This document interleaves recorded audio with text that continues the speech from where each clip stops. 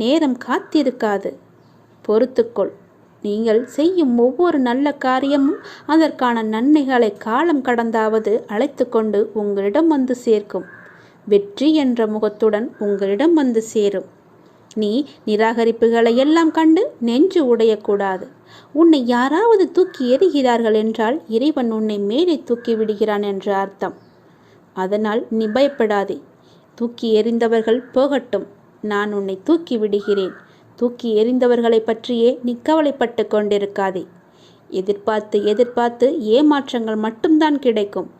என் வாழ்வில் அற்புதங்களை நிகழ்த்துவேன் என்று நீ நம்பிக்கையுடன் காத்திருக்கிறாய் அல்லவா? உன் தந்தை நிச்சயமாகவே உன் வாழ்வில் அற்புதங்களை நிகழ்த்தப் போகிறேன். சில நேரங்களில் நீங்கள் செய்யக்கூடிய செயல்களை எல்லாம் சிந்திக்க வேண்டாம், கற்பனை செய்ய வேண்டாம். அது ஆச்சரியப்படுவதற்கில்லை. எல்லாவற்றையும் சிறப்பாக செயல்படும் என்று மூச்சு விடுங்கள். நம்பிக்கை வைத்திருங்கள். நான் அப்பா, என்னுடைய அப்பா சிறப்பாக அதை முடித்து தருவார் என்ற நம்பிக்கையோடு நீங்கள் காத்திருங்கள். நான் அவர் மீது வைத்திருந்த நம்பிக்கையும் பக்தியும் பொறுமையும் தன்னம்பிக்கையும் அவர் எனக்கு நிச்சயம் அதற்கான பலனை தருவார் என்று நம்புங்கள். நீ வைத்த நம்பிக்கைக்கு நிச்சயமாகவே நான் கைமாறு செய்வேன். உன் மனதில் எந்த சலனமும் இல்லாமல் இருக்கிறாய். நான் உனது பாவ மூட்டையை தூக்கி நான் சுமக்கிறேன். நீ கவலைப்படாதே. எல்லாவற்றையுமே நானே பார்த்து கொள்கிறேன். நீ எப்பொழுதும் போல சந்தோஷமாக இரு. நீ இப்போது உன் மனதில் ஏகப்பட்ட குழப்பங்களுடன் பதற்றத்துடனும் இருக்கின்றாய். வீணான கவலைகளை உன் மனதில் வைத்து கொண்டிருக்கிறாய். உன் மனமானது, உன் இதயமானது துடித்துடிப்புடன் காணப்படுகிறது. எதற்காக? வீணாக எதற்காக இந்த கவலை? ஏன் இந்த குழப்பம்? எதற்காக இந்த பதற்றம்? ஏன் இந்த துடித்துடிப்பு? நீ முதலில் அனைத்தையுமே விட்டுவிடு. உன் வேலைகளை பார்த்து கொண்டிரு. போகிற போக்கிலேயே போய்கொண்டிரு. எதையும் நீ தூக்கி சுமந்து கொண்டிருக்காதே. அதை முதலில் மறப்பதற்கு என்ன செய்ய வேண்டுமோ அதை செய். உன்னுடைய மனம் அதிலேயே லயித்து இல்லாமல் வேறு பக்கம் திருப்பு. அப்போதுதான் அவற்றை பற்றி எண்ணம் உன் மனதில் இழுக்காமல் இருக்கும். நான் உனக்காக அவதரித்தவன். நான் இருக்கும்போது எதற்காக நீ கவலைப்படுகிறாய்? உன்னை நல்லபடியாக உயர்த்த உனக்காக பாடுபட்டு கொண்டு நான் இங்கே இருக்கிறேன். தயவு செய்து நான் உன்னுடன் இருப்பதை நீ உணர்ந்து கொள். நான் வருவதற்கு முன்பும் வந்ததற்கு பிறகும் நடந்து கொண்டிருப்பதை நீ உணர்ந்து கொள். நான் வருவதற்கு முன்பு என்ன செய்து கொண்டிருந்தாய், நான் வந்த பிறகு எப்படியெல்லாம் உன்னுடைய பிரச்சனைகள் தீர்ந்தன என்று கொஞ்சம் திரும்பிப்பார். உன்னை எப்படி நான் கைவிடுவேன் என்று ஒரு நொடியில் நீ நினைத்து விட்டாய்? உன் அப்பா உன்னை பார்த்து கொள்ள மாட்டேனா? உன்னை அவ்வளோ சீக்கிரம் விட்டு விடுவேன் என்று நினைக்கிறாயா? உன்னை அனைத்து திசைகளிலிருந்தும் பாதுகாத்து கொண்டிருக்கிறேன். நான் இருக்கும் இடத்தில் எவரையுமே நெருங்க விட மாட்டேன். நான் உனக்குள்ளே நீக்கமற நிறைந்திருக்கிறேன். என் கண் பார்வை உன் மீது விழுந்து கொண்டிருக்கும் போது எந்த கெடுதலும் வந்து உன்னை துன்புறுத்திவிட முடியாது. தெரிந்து கொள். எந்த துன்பமும் உன் அருகில் கூட வர பயப்படும். நான் இருக்கிறேன். நீ பயப்படாதே. உனக்கு வரும் பிரச்சனைகள் எல்லாமே சிறு சிறு வகைதான். பயப்படாதே. பெரிதாக ஒன்றையும் நான் கொடுக்க மாட்டேன். கொஞ்சமாவது உனக்கு பக்குவம் வேண்டும் என்பதற்காகத்தான் இதையெல்லாம் கொடுத்தேன். சின்ன பிரச்சனையை பெரிதாக பார்க்காதே. மனதில் போட்டு குழப்பத்தை ஏற்படுத்தாதே. உன்னை நீயே பதற்றப்பட வைக்காதே. வீணான கவலைப்பட்டு உன் உடம்பை நீ வீணடிக்காதே. உன் இதயம் சீராக துடிக்க வேண்டும். அப்பொழுதுதான் நீயும் நன்றாக இருப்பாய். எப்படி என் வேண்டுகோள்கள் அனைத்தையும் இப்படி நிறைவேறியது என விரைவிலேயே நீ ஆச்சரியப்பட போடுகிறாய். கவலைப்படாதே குழந்தையே. என் கண்ணிலிருந்து வரும் அருள் கதிரால் நீ பாதுகாக்கப்படுகிறாய். அதனால் நீ கவலையை விடு. என்னுடைய கண்ணின் ஒளி உன் மீது இருக்கிறது. என் பார்வை முழுவதுமாகவே உன் மீது மட்டும்தான் இருக்கிறது. என்னை மீறி எதுவுமே உனக்கு நடக்காது. பயப்படாமல் தைரியமாக இரு. சந்தோஷமாகவே வைத்துக்கொள். நீ எப்பொழுதும் அமைதியாகவே இருக்கக்கூடாது. யார் உன்னை கீழே நோக்கி விழ செய்தார்களோ அவரை நோக்கி நீ மேலே எழு. எதற்காகவும் தயங்கி போய் கூனி குறுகி நிற்காதே. உனக்கு துணையாக உன் அப்பன் ஈசன் நான் இருக்கிறேன். நீ கவலையின்றி தைரியமாக மேலே எழுந்து வா. நீ மேலே எழும்புவதற்கு என்னுடைய கையை தருகிறேன். என் கையை பிடித்துக்கொண்டு நீ மேலே எழுந்து வா. நீ ஒரு இடத்தில் அவமானப்படும் போது கூனி குறுகி நிற்காமல் அவதாரம் எடுத்து காட்ட வேண்டும். கீழே வீழ்கின்ற போது விஸ்வரூபமாக எழ வேண்டும். உன் மனம் புண்படுகின்ற போது எல்லாம் புன்னகை செய். அதுவே அவர்களுக்கு மிக பெரிய தண்டனையாகிவிடும். நீ அவர்களிடம் வாதாடுவதை விட்டுவிட்டு நான் அவர்கள் முன்னையில் வாழ்ந்து காட்டுவேன் என்ற சபதம் எடு. நீ அன்பிற்காக ஏங்கி தவிக்கும் ஒரு இதயத்தை எந்த நிலையிலுமே அலட்சியப்படுத்தாதே. உன்னுடைய அன்பிற்காக ஏங்கி தவிக்கும் பல பேர் இருக்கின்றனர். உன்னை உயிராய் நினைக்கும் உறவு உன்னை விட்டு போகப் போகிறது. அதனால் உன்னுடைய கோபத்தை நீ விட்டுவிடு. அலட்சியப்படுத்தாதே அவர்களை. ஏனெனில் அதனை விட இவ்வுலகில் பெரிய பாவம் எதுவுமே இல்லை. உன்னை நம்பி வந்த உறவு அது. ஒருவனிடம் தர்ம சிந்தனை இருக்கும் பொழுது அந்த தர்மமே அவன் எதிர்காலத்தை பார்த்து கொள்ளும். ஏனென்றால் ஒரு மனிதன் என்ன பிரார்த்தனை செய்தாலும், எத்தனை மந்திரங்கள் உரியேற்றினாலும், எத்தனை அபிஷேகங்கள் யாகங்கள் செய்தாலும் கூட அவனிடம் உதவும் குணம் இல்லை என்றால் இறையருளை பெற முடியாது. ஒரு மனிதன் இறையருளை பெற வேண்டுமென்றால், ஏன் இறை நம்பிக்கை இல்லாவிட்டாலும் கூட பரவாயில்லை, தர்ம குணமும் பிறருக்கு உதவும் குணமும் இருந்துவிட்டால் போதும். இவன் இறைவனை தேடி போக வேண்டியதில்லை. அந்த இறைவனை இவரை தேடி வந்து விடுவார். இவன் இல்லம் நோக்கி வந்து விடுவார். எவன் அதிக அளவு தர்மம் செய்கிறானோ அவனிடம் இறையே வந்து கையேந்தும். அந்த அளவுக்கு தானத்திற்கு அவ்வளவு ஒரு மகிமை. பக்தனே, நீ இப்போது ஏன் குழம்பி போயிருக்கிறாய்? உனக்கு என்ன வர வேண்டும்? உனக்கு ஆரோக்கியம், பொருளாதாரம், மன நிம்மதி எதுவாக இருந்தாலும் என்னிடம் கேள். நான் உனக்கு தருகிறேன். நீ யாரிடமும் போய் கையேந்த வேண்டாம். நீ கவலைப்படாதே. யாரிடமும் கையேந்தும் நிலைப்படி நான் உன்னை வைக்க மாட்டேன். உன்னுடைய எல்லா பிரச்சனைகளுமே நான் தீர்த்து விடுகிறேன். என்னை நம்பு. என்னை முழுவதுமாக நம்பு. ஒரு முறையாவது, தினமும் ஒரு முறையாவது என்னுடைய பெயரை சொல்லி என்னை கூப்பிடு. உன் குழப்பங்களுக்கு எல்லாவற்றிற்குமே நான் விடை தருகிறேன். உனக்கு என்ன வர வேண்டும் கேள். நான் உனக்கு தருகிறேன். எடுத்துக்கொள். சந்தோஷமாக வாழு. எல்லாவற்றையுமே சிவனிடம் ஒப்படைத்து விடுங்கள். ஓம் நமச்சிவாய என்ற மந்திரமே உன்னுடைய வாழ்வின் தந்திரம் என்பதை மறந்து விடாதே. முதலில் கஷ்டத்தை வெளியே சொல்லாதே. நீ காலனை தேடிச் செல்லாதே. கவலைகளை மனதில் கொள்ளாதே. கற்பத்தில் உயிரை கொள்ளாதே. கண்டதை உணவாக உண்ணாதே. கண்டவர்கள் மனதை கில்லாதே. காசுக்காக தன் மானத்தை இழக்காதே. கலங்கி யாரிடமும் நிற்காதே. கள்ளமுள்ளோரை கண்டு திரும்பாதே. கற்பனையில் மூழ்கி ஏங்காதே. கால் போன போக்கிலே போகாதே. கர்மத்தை கையில் ஏந்தாதே. காலம் கடந்து பெருமூச்சு வாங்காதே.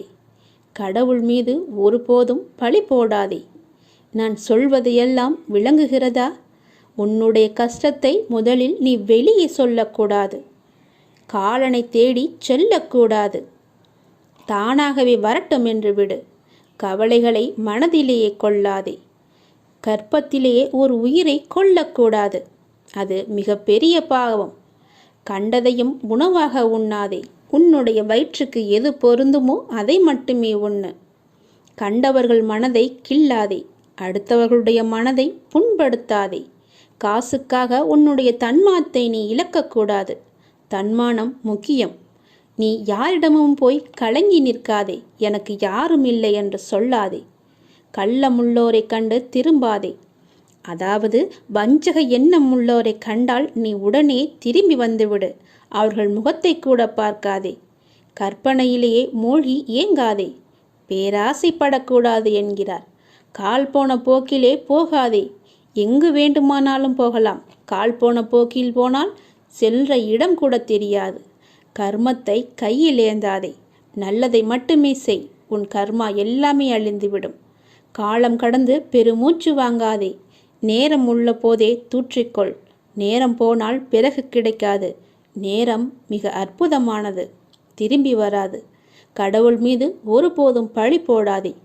யான் கேட்டு என் கடவுள் எனக்கு செய்யவில்லை என்று அவரை நீ திட்டாதே.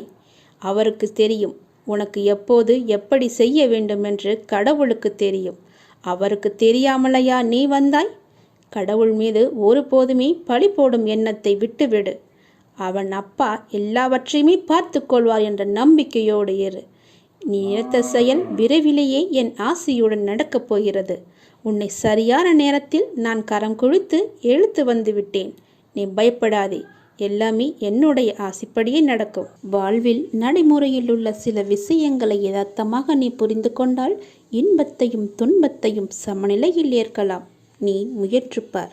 என் துணையோடு எல்லாவற்றையுமே போராடிப்பார். போராட்டமே இல்லாத வாழ்க்கை இங்கு யாருக்குமே அமைவதில்லை. போராட்டத்தை சந்திக்காத எந்த உயிரும் இந்த பூமியில் வாழ முடியாது. தெரிந்து கொள். பிறந்தது முதல் இறப்பது வரை போராட்டம் இருந்து கொண்டுதான் இருக்கிறது. பிறந்த குழந்தை கூட அழுகை என்னும் சத்தம் செய்துதான் தன்னுடைய தேவைகளை பூர்த்தி செய்கிறது. போராட்டத்தில் பிறந்து போராட்டத்தில் வளர்ந்து போராட்டத்தில் மடிவதுதான் வாழ்க்கை. இன்று மனிதன் போராட்டம் இல்லாத வாழ்க்கை வாழ ஆசைப்படுகின்றான். அதைத்தான் விரும்புகின்றான். வாழ்க்கையில் தங்கள் குறிக்கோளை நிலைநிறுத்தி கொள்ள ஒவ்வொரு மனிதனும் இவ்வுலகில் போராட வேண்டியிருக்கிறது. பூந்தோட்டத்தில் ஒவ்வொரு நாளும் புது புது மலர்கள் பூப்பதுண்டு. ஆனால் அவை நிலைப்பது இல்லை. அது நியதியும் இல்லை. அதுபோலத்தான் வாழ்க்கை என்னும் பூந்தோட்டத்தில் ஒவ்வொரு நாளும் புது புது மலர்களாக பூத்து கொண்டிருக்கிறோம். எவ்வாறு பூந்தோட்டத்தில் மலர்ந்த ஒரு பூ நிலைப்பது இல்லையோ அது போலத்தான் வாழ்க்கையும். போராட்டங்கள் இல்லாமல் வாழ்வில் எதுவுமே வெற்றி பெற முடியாது. போராட்டம் இல்லை என்றால் வாழ்க்கை உப்புச்சப்பு இல்லாமல் போய்விடும். வாழ்க்கையில் உங்களுக்கு அழுவதற்கு 100 காரணங்கள் இருந்தாலும் சிரிப்பதற்கு என்னிடம் 1000 காரணங்கள் இருக்கிறது என்று வாழ்ந்து காட்டு. சரியான நேர்மையான வாழ்க்கை பயணப்பாதை முட்கள் நிறைந்த கரடுமுரடான பாதைத்தான். இப்பாதையில் முட்களாகவும் கரடுமுரடான கற்களாகவும் பிறரின் அவமான பேச்சுக்களும் பழிச்சொற்களும் நியாயமில்லாத விமர்சனங்களும் தான் நிறைந்திருக்கும். அதை நீ தெரிந்து கொள். வாழ்க்கை என்பது அவ்வளவு சுலபமல்ல. களை இல்லாத தோட்டமில்லை. அதுபோலத்தான் போராட்டம் இல்லாத வாழ்க்கையும் இல்லை. வாழ்க்கை அழகானதாக மாற்றிக்கொள்வது உன்னுடைய கையில்தான் இருக்கிறது. எல்லோருடைய வாழ்விலும் இன்பம் துன்பம் என்று எல்லாமே கலந்துதான் இருக்கும். நாம் அவற்றை எப்படி எடுத்துக்கொள்கிறோம் என்பதுதான் மிக முக்கியம். ஆசையை குறைத்து கொள்ள வேண்டும். மனநிறைவு இருந்தாலே போதும். உன்னுடைய வாழ்வில் மகிழ்ச்சி தானாக நிலைத்து நிற்கும். போராட்டம் இருந்தாலும் கூட யாரும் வாழ்க்கையை வெறுப்பதில்லை. போராட்டங்களை எல்லாம் ஏற்றுக்கொள்ளவும் நமக்கு ஏற்றதாக மாற்றிக்கொள்ளவும் பழகினாலே போதும்.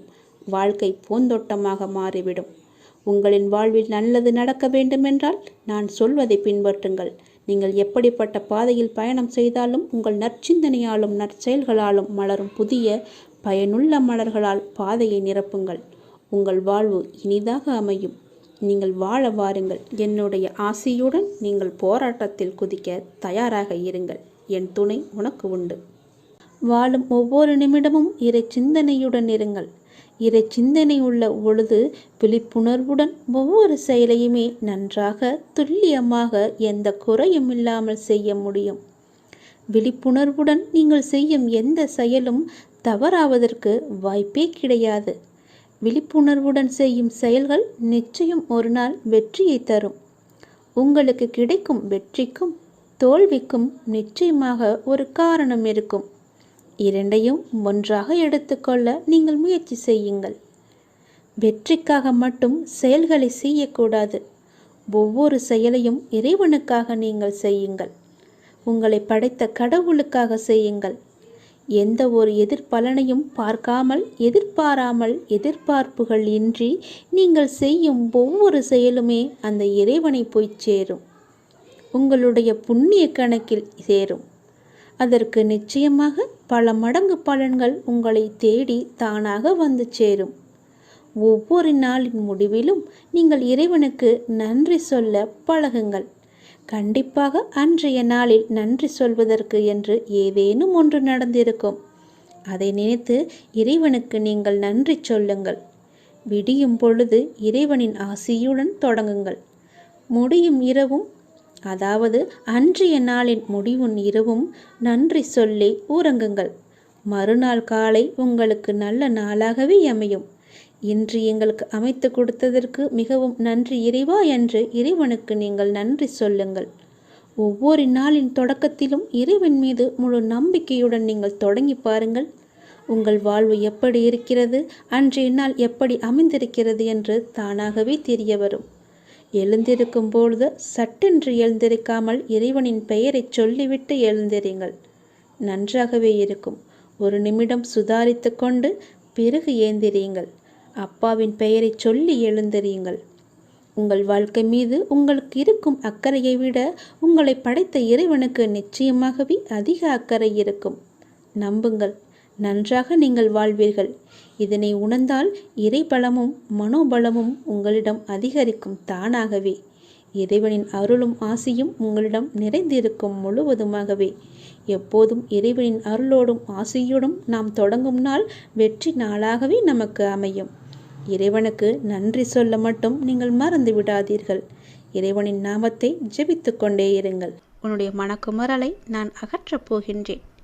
மிக பெரிய வெற்றி உன் அருகில் இருக்கின்றது. நிச்சயம் நடக்கும். நீயே ஆச்சரியப்பட்டும் போவாய்.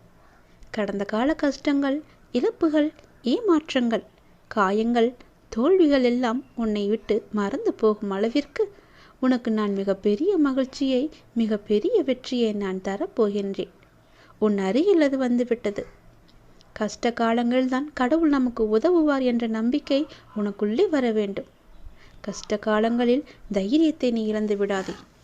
உங்களுக்கு நடக்க முடியாத போது சுமக்க தயாராய் கடவுள் உங்களுடனே இருக்கின்றார் என்பதை நினைவில் வைத்து கொண்டால் வாழ்க்கை பயணம் மிகவுமே சுலபமாக இருக்கும். ஒரு மனிதன் ஒரு நெடும் பயணம் மேற்கொண்டிருந்தான். அது அவன் வாழ்க்கை பயணம். நீண்ட தூரம் சென்ற பின் தான் கவனித்தான் அவனுடைய கால் தடங்கள் அருகே இன்னொரு ஜோடி கால் தடங்கள் இருக்கிறது என்று. அவனுக்கோ ஆச்சரியம். சுற்றும் முற்றும் பார்த்தான். யாரும் தெரியவில்லை. சத்தமாக கேட்டான், என்னுடன் வருவது யார் என்று. நான் தான் கடவுள் என்று அசிரீரியாக ஒரு பதில் வந்தது. அவனுக்கோ எல்லையில்லாத மகிழ்ச்சி. கடவுள் என்னுடன் பயணம் செய்து கொண்டிருக்கிறார் என்ற மகிழ்ச்சியில் அவன் துள்ளி குதித்தான். பயணம் மீண்டும் தொடர்ந்தது. அவன் அந்த கால் தடங்களை கவனிப்பதை நாலா வட்டத்திலுமே மறந்துவிட்டான். சுகமாக போய்கொண்டிருந்த வாழ்க்கையில் பிரச்சனைகள் தலையெடுக்க ஆரம்பித்தன. சிறிய பிரச்சனைகள் பெரிதாக ஆயின. துன்பமும் துக்கமும் அதிகமாயின. ஒரு கட்டத்தில் அவன் சமாளிக்க முடியாமல் தவித்த போதுதான் அந்த கால் தடங்கள் நினைவு மறுபடி வந்தது. கூடவே கடவுள் இருக்கும் போதே இவ்வளவு துன்பமா என்று தனக்குள் கேட்டுக்கொண்டவன் கால் தடங்களை கவனித்தான். அவனுக்கோ அதிர்ச்சி காத்திருந்தது. அந்த பாதையில் ஒரே ஒரு ஜோடி கால் தடங்கள் மட்டுமே தெரிந்தன. அவன் சுற்றி பின்னோக்கி பார்த்தான். அவன் கஷ்ட காலம் ஆரம்பித்த கணத்திலிருந்து ஒரே ஒரு ஜோடி கால் தடம் மட்டுமே தெரிந்தது அவனுக்கு. அவனுக்கோ அழுகையாய் வந்தது. கண்ணுக்கு தெரியாத அந்த கடவுளை அழுகையினுடைய கேட்டான். கடவுளே, என் இன்ப காலத்தில் உடன் வந்து கொண்டிருந்தீர்கள். துன்ப காலத்தில் என்னை கைவிட்டு காணாமல் போய்விட்டீர்களே, இது உங்களுக்கே நியாயமா என்று. கடவுளிடமிருந்து பதில் வந்தது. மகனே, நான் உன்னை கைவிடவில்லை. உன் துன்ப காலத்தில் நீ பார்த்த காலடிச் சுவடுகள் உன்னுடையவை அல்ல, என்னுடையவை. இந்த கடின யாத்திரையில் நடக்க முடியாத உன்னை தூக்கி கொண்டு நான் நிறைய தூரம் நடந்து வந்திருக்கின்றேன். அதனால்தான் நீ உன்னுடைய காலடிச் சுவடுகளை காண முடியவில்லை. உன் கஷ்ட காலத்தில் நான் வரவில்லை என்று நினைத்து கொண்டிருக்கின்றாய். ஆனால் உன்னை தூக்கி சுமந்து கொண்டு வருவது நான் தான் என்பதை அறியாமல் சென்று கொண்டிருக்கின்றேன். அந்த மனிதன் கண்களில் நன்றியுடன் வழிந்த கண்ணீர் நிற்க நிறைய நேரம் ஆய்விட்டது. குற்றம் காண்பதில் மனிதன் சமத்தமானவன். அவனுக்கு அதற்கு நிறைய நேரம் தேவைப்படுவதில்லை. ஒரு நொடி போதும். கஷ்ட காலங்களில் உறவும் நட்பும் காணாமல் போவது போல கடவுளின் அருளும் காணாமல் போவதாக அவன் எண்ணுவதில் ஆச்சரியமே கிடையாதே. சுமைகள் கூடும்போது இறக்கி வைக்க வழி தெரியாத போது இருக்கவே இருக்கின்றார் கடவுள். அவனிடம் வசவுகள் வாங்கி கொள்ள வந்த கஷ்டங்கள் எல்லாம் நமக்கு தெரியும். எத்தனையோ கஷ்டங்கள் வரவிருந்து அவை இறை அருளால் வராமல் தவிர்க்கப்பட்டிருக்கலாம். அவை நம் கவனத்திற்கு வராமலேயே போய்விடுகிறது. கடவுள் கணக்கு சொல்வதில்லை. எனவே எத்தனையோ உண்மைகளை நமக்கு தெரியாமலேயே போய்விட்டிருக்கின்றன. துன்பங்களும் சோதனை காலங்களும் வரும்போது நாம் ஒரு பெரிய உண்மையை மறந்துவிடக்கூடாது. எதுவுமே காரணம் இல்லாமல் நம்மிடம் வருவதில்லை என்று. அவற்றில் சில நாம் சம்பாதித்தவை, நம் முந்தைய செயல்களின் விளைவுகள் நாமே வரவழைத்தவற்றை நாம் சந்தித்துதானே ஆக வேண்டியிருக்கின்றது. மறப்பதும் எதிர்ப்பதும் நியாயமல்ல. மற்றவை நாம் வளர பக்குவப்பட தேவையான அனுபவங்களை அது கற்றுத்தருகிறது. நாம் கற்க வேண்டிய பாடங்கள் அவற்றை கற்றறிந்த பின்னரே, அந்த சோதனையில் தீயில் பட்ட பின்னரே நாம் புடம் போட்ட தங்கமாய் மிளிரப் போகின்றோம். அவை நம் வாழ்வில் வராவிட்டால் நாம் சோபிப்பதும் இல்லை. கையால் மென்மையான தடவி கொடுத்தே கல்லை சிலையாக்க முடியாதல்லவா? எண்கள் மட்டுமே வந்து கொண்டிருந்தால் நாம் பக்குவம் அடைவதும் முடியாதல்லவா? சாத்தியமே கிடையாது. ஒளிக்கு கல்லின் மீது பகை இல்லை. உளியடிகளை தாங்காத கல் அழகிய சிலையாவதில்லை. கடவுள் என்ற சிற்பி நம்மை செதுக்கும் போது அழகிய சிலையாக போகிறோம் என்ற உணர்வுடன் தாங்கிக் கொண்டால் இது அர்த்தமில்லாமல் புரியாது என்பதை நாம் உணரவே மாட்டோம். அது நிச்சயம் ஆனந்தமாகவே இருக்கும் என்பதை உணர்ந்தால் கடவுள் மீது அவன் நம்பிக்கையை நாம் கொள்ள மாட்டோம். இன்னொரு விதமாக சொல்லலாம், மருந்து கசக்கி